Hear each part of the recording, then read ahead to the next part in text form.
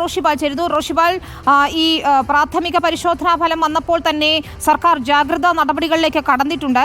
നാളെ പൂനെ ലാബിൽ നിന്ന് ഫലം ലഭിക്കുമെന്ന് ഉറപ്പാണോ? എത്രത്തോളം നിർണായകമായിരിക്കും ഇത്? വിനീത, നിപ ഇനി വൈറോളജി ഇൻസ്റ്റിറ്റ്യൂട്ടിലുള്ള ഫലം മാത്രമാണ്.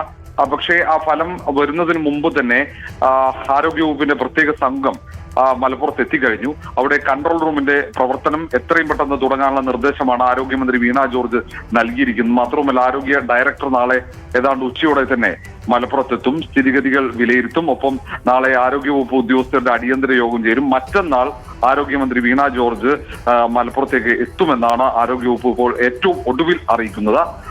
ഏതായാലും നാളെ രാവിലെയോടെ അത് നിപ പോസിറ്റീവ് ആണെങ്കിൽ രാവിലെയോടെ തന്നെ ഫലം അറിയാൻ കഴിയും എന്നാണ് ആരോഗ്യവകുപ്പിലെ ഉദ്യോഗസ്ഥർ പറയുന്നത്. അത് കണക്കാക്കി തന്നെയാണ് അവിടെ പ്രതിരോധ പ്രവർത്തനത്തിനുള്ള എല്ലാ തയ്യാറെടുപ്പും, നേരത്തെ അഷ്കർ സൂചിപ്പിച്ചതുപോലെ എല്ലാ തയ്യാറെടുപ്പും ഒപ്പം ജാഗ്രതാ നിർദ്ദേശവും ഇതിനോടകം തന്നെ നൽകിയിട്ടുണ്ട്. ശരി, ഏതായാലും മരിച്ച വിദ്യാർത്ഥിയുടെ കുടുംബാംഗങ്ങൾ നിരീക്ഷണത്തിലാണ്. ജാഗ്രത പാലിക്കണമെന്ന് ആരോഗ്യവകുപ്പ് നിർദ്ദേശിക്കുന്നുണ്ട്. പ്രതിരോധ പ്രവർത്തനങ്ങൾ ഊർജിതമാക്കുകയും ചെയ്യും. ആരോഗ്യവകുപ്പ് ഡയറക്ടർ തന്നെ നാളെ മലപ്പുറത്തെത്തും. റോഷിപാലും അഷ്കർ അലി കലിംബയുമാണ് വിവരങ്ങൾ.